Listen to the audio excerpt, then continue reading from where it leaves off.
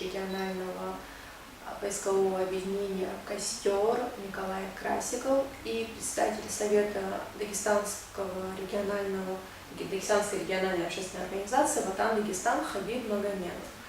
Давайте мы начнем с дагестанской организации. Для начала спросим, когда была создана ваша организация и какие цели преследуете? Еще раз обращаюсь с приветствием к нашим зрителям. Ассаламу алейкум, здравствуйте. Наша общественная организация создана не так давно, где-то 1,5 года, как действует. Цели, задачи – это профилактика радикальных каких-то проявлений в молодежной среде, воспитание, приобщение к нашим ценностям, традициям, религиозным, светским, культурным, формирование условий для молодежи, для того, чтобы они могли развиваться и реализовываться. Вот основные задачи. Естественно, название говорит «Ватан Дагестан». Название, это слово, оно понятно всем народам Дагестана. Это Родина, Родина Дагестана. И при вашей организации был создан поисковой корпус. Ну, мы сейчас, я понял, о чем сейчас я могу рассказать. Мы решили реализовать очень интересный проект. Называется он «Дагестанский молодежный поисковый корпус» при активной поддержке Министерства по делам молодежи. В этом году мы отобрали и направили в Орловскую область под эгидой Союза поисковых отрядов России. Вот мы установили контакт с объединением «Костер». Мы отправили представителей дагестанской молодежи, которые в местах боев Великой Отечественной войны на территории Орловской области участвовали в поиске пропавших без вести бойцов Красной Армии. С их участием были обнаружены и, как говорят в этой среде, подняты 8 останков тех, кто отдал свою жизнь в боях за Родину. Перейдем к вашему региональному объединению. Хотелось бы спросить, как давно оно уже существует и сколько отрядов входит в него? Существует он с 1997 года, то есть нам в этом году 20 лет. На данный момент это 18 поисковых отрядов, но объединение межрегиональное и молодежное, поэтому развивается достаточно быстро. То есть сегодня мы можем говорить, что 19-е поисковое формирование – это уже наш молодежный дагестанский поисковый корпус. И основные наши цели соответствуют. А сколько участников Великой Отечественной войны вы за это время нашли? При участии нашего поискового объединения было поднято более 7 тысяч красноармейцев. А вот с Дагестаном вы начали сотрудничать в этом году. А сколько получилось за этот поисковый сезон, как вы говорили, найти солдат? В этом году было установлено 4 бойца, а подняты останки 183 бойцов. При участии дагестанского корпуса 8 человек. А как происходит идентификация этих солдат?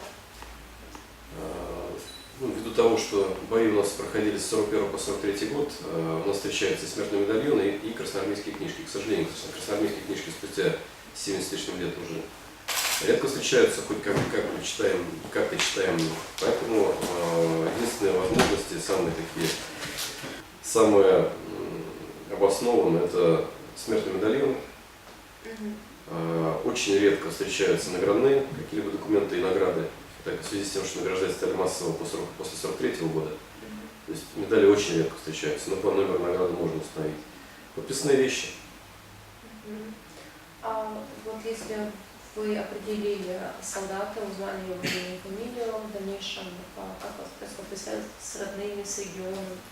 Здесь есть 2 алгоритма, это очень интересная работа, она объединяет многие регионы. К примеру, при обнаружении смертного медальона и уточнении данных по бойце, тут же включаются наши архивные группы, их еще больше. То есть если 18 поисковых формирований – это ребята, которые участвуют в поиске в полях, у нас есть ряд организаций, которые занимаются архивным поиском.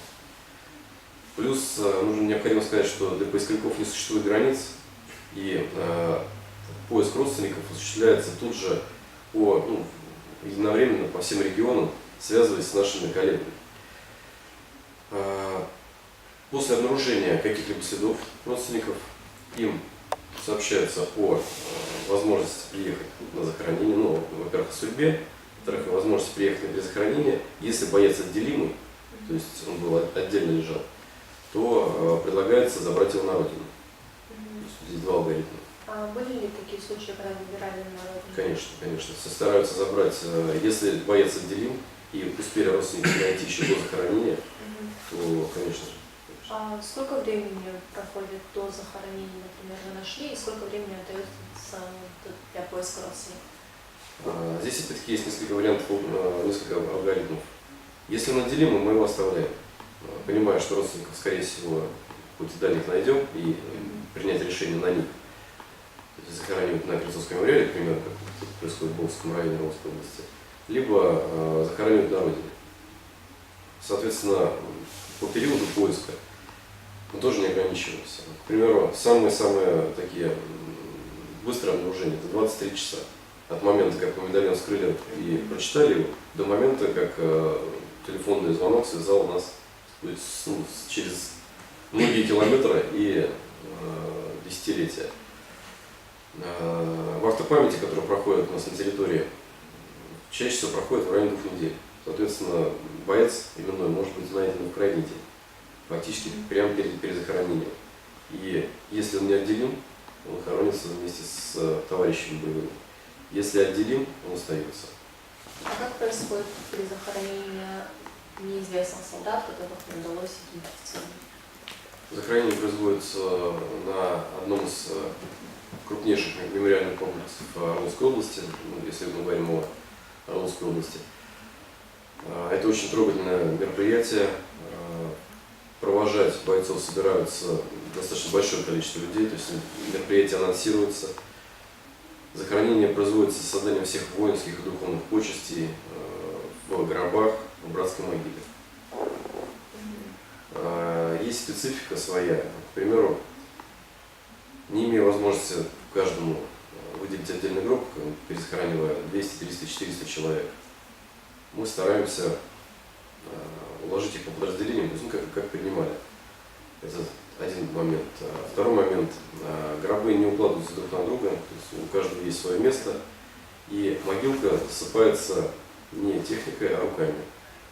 То есть поисковики дают последние почести вплоть до крайней лопаты, брошенной в землю. И потом, для того, чтобы люди, которые приходят, знали, что здесь братская могила, вообще там какой-то знак. Да, естественно. В связи с тем, что на территории сражались практически все народы, наши необъятные родины, в братской могиле оказываются и православные, и мусульмане, и другие конфессии. Соответственно, есть такая традиция, на братских могилах не ставят крестов. Есть песня, очень правильно простраивающая этот момент. Ставится табличка с указанием всех известных и отдельная фраза, какое количество безымянных. Хадбук Гаджиевич, до начала пресс-конференции вы говорили о том, что у нас уже налажено сотрудничество между поисковым объединением «Костер» и местной мусульманской диаспорой. Как проходит? Я сначала несколько слов скажу о том, кто повлечен в эту работу. Я уже упоминал Министерство по делам молодежи, Дагестанский государственный университет народного хозяйства, поскольку я там руковожу научно-практической лабораторией по вопросам противодействия идеологии экстремизма и терроризма. Если кого-то это удивит, почему-то, какое отношение имеет экстремизм и терроризм, мы должны работать с молодежью, мы должны ее воспитывать в духе верности своим традициям, своей исторической памяти. Вот, например, у деревни Кривцова, где стоит мемориал, там похоронено от 25 до 30 тысяч человек. За эту деревню погибло 3000 дагестанцев. Там очень много наших. И фамилии Магомедов, Гусейнов, Курбанов на этих плитах есть. Вот.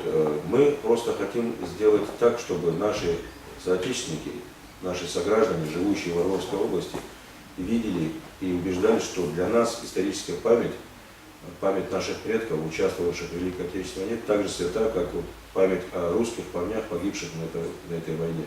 Мы одна страна, один народ, вот, и мы должны преодолевать возникающие различные какие-то недомолвки, какие-то суеверия, там, не знаю, какие-то предрассудки. Для этого мы как раз и взялись за этот проект, чтобы Русские ребята, живущие в Орловской области, поисковики, это люди, живущие своим миром, они друг друга знают. Это некая такая субкультура, которая посвящает свою жизнь этому. За свой счет приезжают из далеких областей в Орловскую область, чтобы эту работу вести.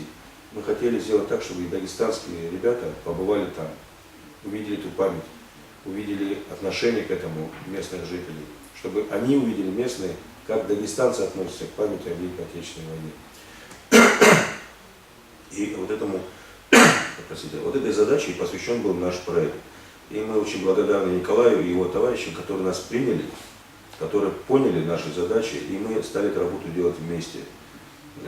Тут еще такой маленький и немаловажный, в том числе, момент. Идет познавание взаимной культуры, повадки, даже в быту мы иногда различаем, даже в Дагестане, люди, живущие на юге республики, на севере, иногда ведут себя по-разному в определенных ситуациях. А что говорить, если до Орловской области более 1500 километров? Мы вот этому и посвящаем нашу задачу.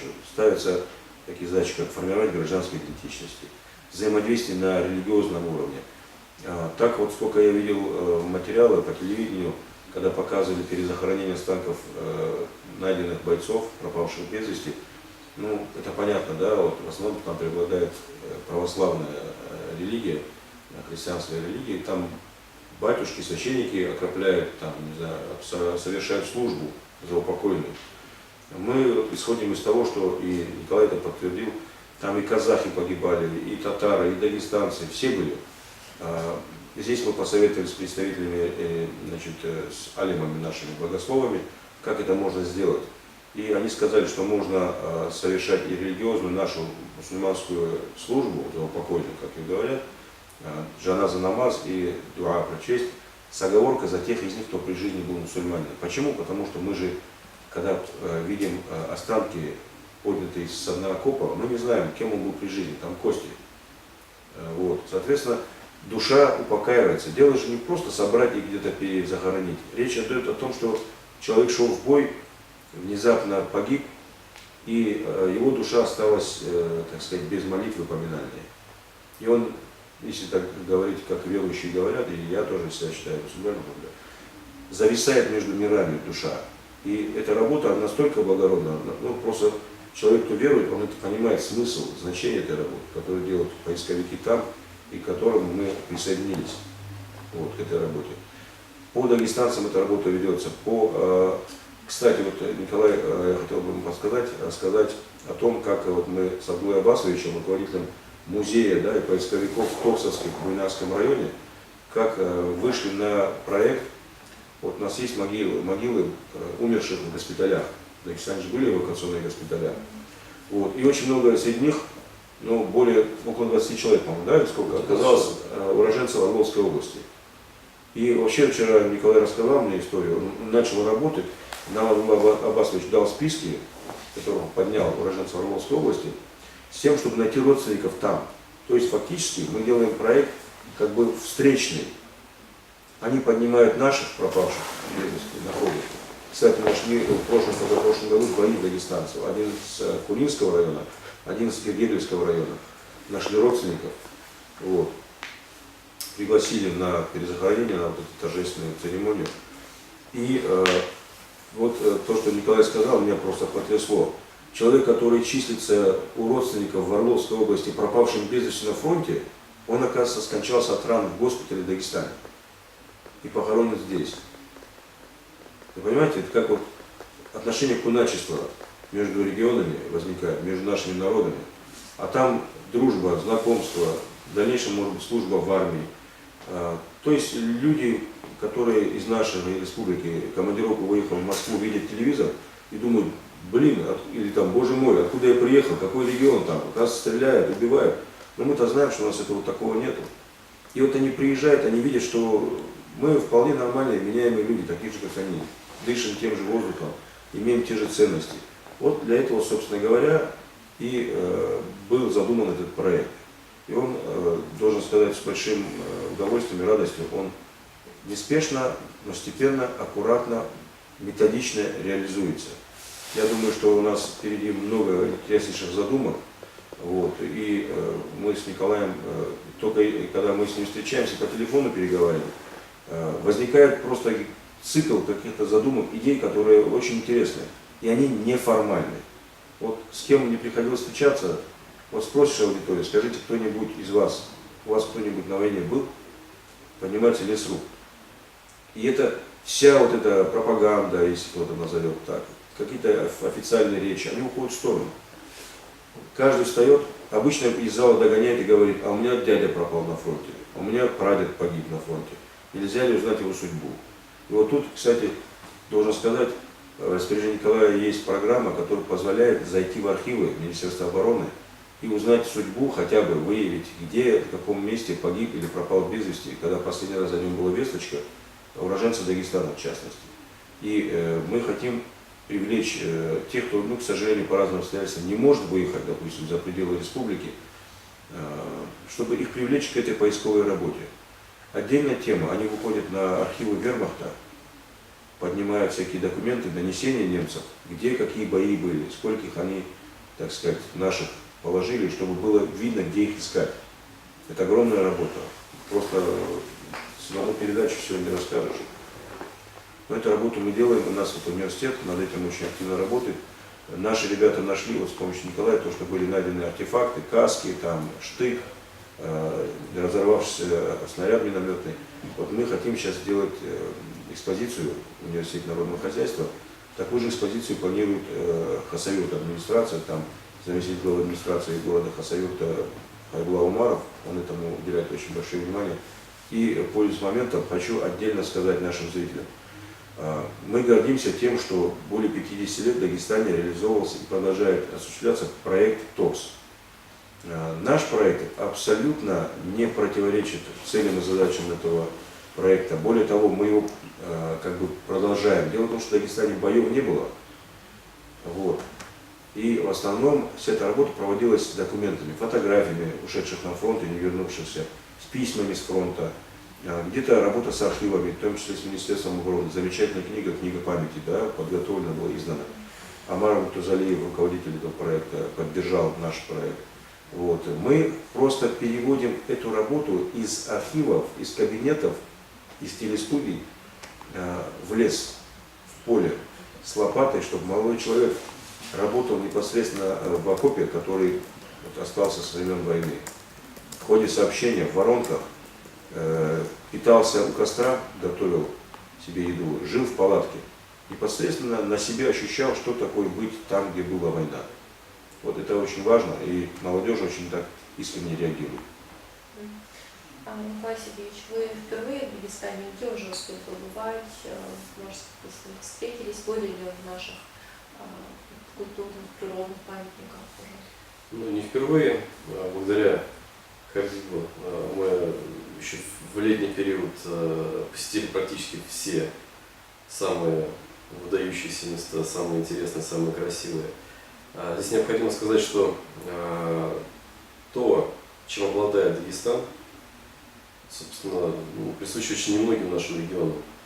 И работая с молодежью из Дагестана, видя, где они живут, позиционируя те проекты, которые мы сейчас совместно развиваем, мы имеем возможность рассказывать о этом регионе совсем с другой стороны. Здесь нет войны, здесь очень добродушный, очень гостеприимный народ. Ребята, которые приезжают к нам, делятся своими традициями. Сейчас мы пытаемся запустить, ну и запустим этот проект, запускаем проект по, как его назовут? Самый главный проект и есть, да. А как назвать мы? Да. Проект, ну, совместный проект по подготовке поисковиков здесь и там. То есть учебно-тренировочный лагерь будет создан. Будет создана площадка, где ребята из средней полосы России смогут встречаться с местными ребятами. Местные ребята с этой же площадки выезжать на территории, где проходили боевые действия Великой Отечественной войны, подготовленными, уже фактически осведомленными об условиях и готовыми с неба на землю любой, скажем. Очень важное дополнение для Дагестана. Если мы запустим, Бог даст, мы запустим этот проект, выпускники вот этих школ, они будут получать паспорта поисковика и паспорт спасателя. И, как вот Николай говорит, ребята, которые получают такие документы, они сразу же без разговора принимаются чуть ли не все элитные войска. То есть дорога для службы в армии, для тех, кто хочет служить, она раскрывается очень широко. Вот. И вот еще раз хотел бы все-таки сказать для наших телезрителей важную вещь. В начале войны, значит, муфтият, если я не ошибаюсь, по-моему, назывался тоже муфтият Советского Союза, вынес фетву о том, что мусульмане, погибшие на фронте в боях с гитлеровцами, они получают статус шахидов. Вот. Поэтому мы консультировались на эту тему. При поиске обнаружения останков того, кто был мусульманином, нет необходимости омывать его, потому что шахид хоронится в том, чем был найден, да, или в том виде, каком он был обнаружен. Вот. И за ними мы просто будем привлекать имамов местных землячеств, сообществ, мечетей, для того, чтобы делать, значит, осуществлять службу по нашему исламскому канону, то есть джаназа намаз, за теми из них, кто был мусульманами. То есть вы должны быть спокойны, если кто-то из ваших близких пропал на фронте, и так получилось, что его останки были обнаружены поисковиками, его душа не останется непокойной. Это очень важно для нас. И пусть телезрители по всей стране видят, что при оправлении вот этих религиозных обрядов рядом со священником православным есть представитель духовенства мусульманского, имам местной мечети и представитель как бы нашего землячества. Это будет, я думаю, еще крепче объединять нас как граждан одной страны.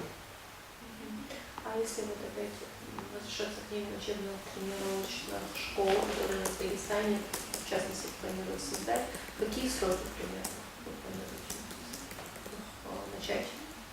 Это летний период. Период, когда ребята, да, уже следующий год, когда ребята имеют возможность, освободившись от сессии, от экзаменов, перед экзаменами уже вступительными, уделить какое-то время для развития и этой составляющей. А для этого не обязательно постройка каких-то тайных строений, или они Ну, могут тут быть лагеря? принципиальный подход, Николай расскажет. Учитывая, что поисковики, ну, скажем так, контингент очень универсальный, для создания лагеря поискового необходима только ровная поверхность. Все остальное ребята приносят с собой. Соответственно, мы будем обучать строить лагеря, мы будем обучать организовывать свой быт, жизненный быт, ну, места для отдыха, места для приготовления пищи. Капитальные сооружения, как таковые, нужны только в тех условиях, когда лагерь стоит постоянно на одном и том же месте. Здесь это максимально просторное пространство и работа в направлениях основ экстремального туризма, основ медицинской помощи, то есть к каким направлениям готовим. Приготовление пищи в том числе в условиях поля, организация хозяйственных бытовых условий. То есть, в принципе, ничего здесь такого сверхъестественного нет. Казалось бы, полевой лагерь – это целая система. На самом деле, каждый в себе эту систему носит. То есть палатка и костер. Да. Вот, собственно говоря, как Николай мне сказал, когда я спросил, почему костер называется. А потому что контакт и общение происходит у костра. Люди обмениваются мыслями, пониманием жизни. Вот то, что нам сегодня как никогда не хватает. Это очень важно и интересно. Планируем на территории Казбековского района, потому что там рядом одна из достопримечательностей республики, это каньон, известный Суварский. Там рядом есть горные отроги, где можно альпинистскую подготовку отрабатывать. Есть лес, где можно, так сказать, нормально расположиться. И рядом есть водохранилище, там есть исторические какие-то точки и транспортная доступность. Со всех отношений. В принципе, это можно в любой точке Дагестана сделать, но пока решили вот так. Плюс еще немаловажно, что администрация муниципалитета готова поддержать нас в этом направлении. А с кем-то еще вам нужно будет это согласовывать с правоохранительными органами? Безусловно, это все решать будем на уровне республики. Есть поддержка, я же говорил, Министерства по делам молодежи, Министерства по делам национальностей. Вот, об этом проекте информированы уже и представители силовых органов. Ну, а для чего? Для обеспечения общественного порядка, там мало ли что. Всегда же бывает рядом либо скорая помощь, где-то на стадионе стоит, сотрудник полиции стоит, спасатель. Мы это все будем организовывать должным образом, но мы не хотим суеты, мы хотим спокойно, аккуратно это все делать. Если кто-то спросит, на какие средства это делается на личные средства. Например, я был приятно поражен, когда в лагере, первый раз оказавшись около деревни Кривцова, это Боховский район, встретился с жителями Курганской области. Они на своей машине приехали со своим имуществом, там разместились и там стали эту работу делать. Где-то так и здесь мы планируем. Если будет какая-то поддержка со стороны предпринимателей, со стороны местных наших жителей, там, кому это интересно, если будет поддержка от государственных органов по каким-то статьям, которые у них запланированы на патриотическую, воспитательную работу, я думаю, будет очень правильно, не сочтите за какой-то скрытый упрек, чем очередной форум делать, да, или какую-то огромную там фестивальную программу. Наверное, стоит выделить какие-то средства на вот эту работу. Во-первых, это богоугодное дело, как я сказал, с точки зрения религии и тех задач, которые мы обозначили. Во-вторых, это тем ребятам, кто будет вовлечен в этот проект, они увидят сами, что эта работа идет по адресу. И, кстати, о деньгах, если говорить, они совершенно копейки там, по копейку речь идет. Лопата, спальный мешок, несколько консервов, там, буквально. Вот опять, если возвращаться к тому, что в следующем году, если мы эту школу, сколько человек смогут в следующем году уже пройти в Дагестане? Эти учебно-тренировочные, как их называть? В лагере принять участие. Да, принять участие. И в какие сроки они будут проходить?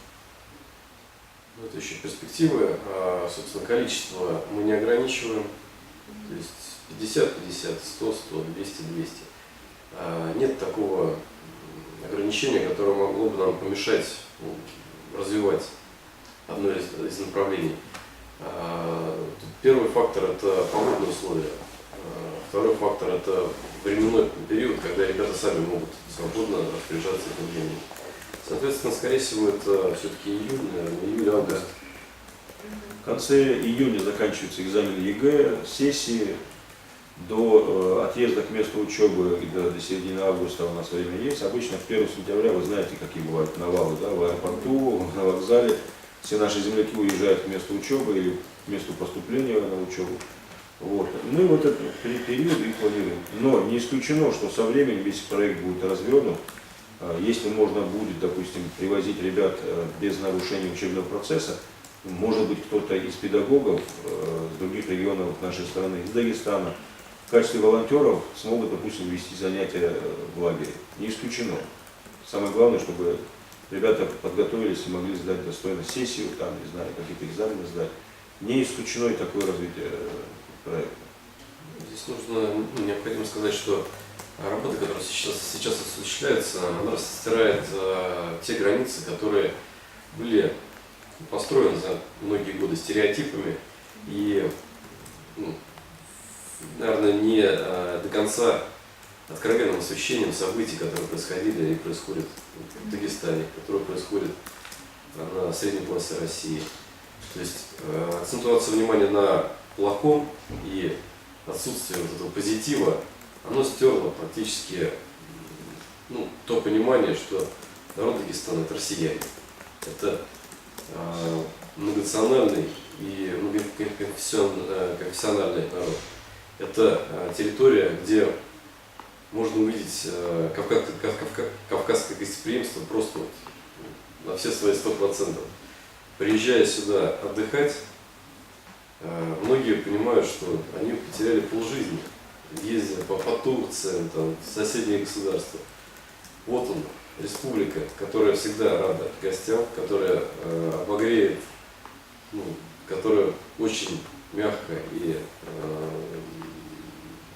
бесконфликтно встретит, которую можно развивать как один из туристических центров. Но недопонимание, которое возникает в связи с теми роликами, которые мы видим в СМИ постоянно, в связи с позиционированием, недостатком позиционирования региона, тут же блокируют эту информацию.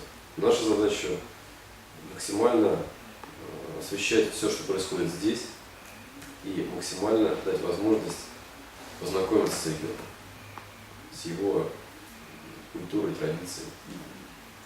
Я бы хотел добавить, Вот мне было очень приятно, когда мы путешествовали по Дагестану. Одна из спутниц Николая, она врач в этом отряде, она научилась доить корову. Она увидела, как горянка доит корову вечером.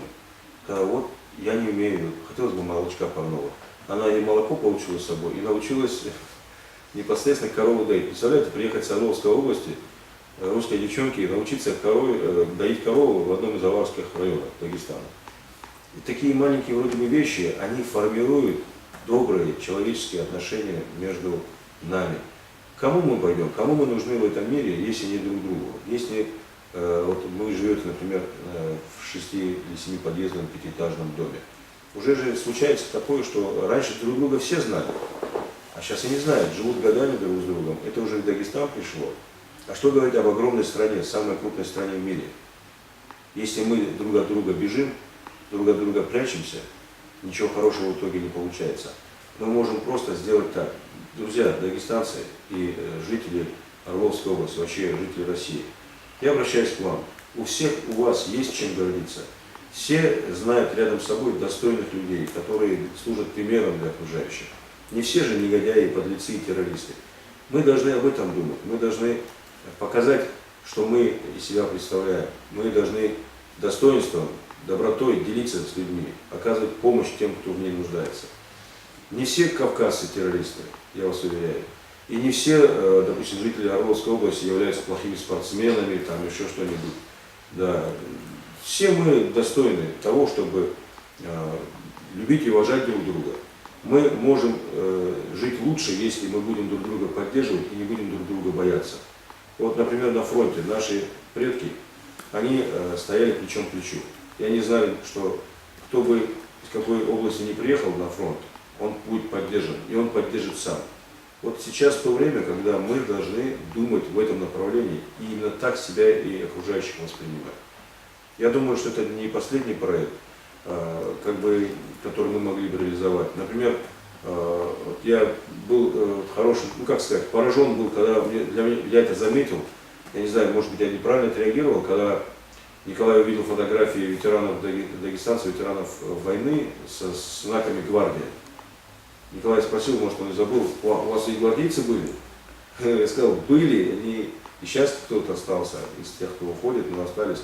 Вот, возможно, мы сделаем какой-то проект, фотопортретный, фотогалерейный какой-то ряд, дагестанцы и гвардейцы. И вот такие идеи у нас прямо рождаются одно за другой. И мы на этом направлении должны сделать максимально возможное, чтобы мы жили лучше.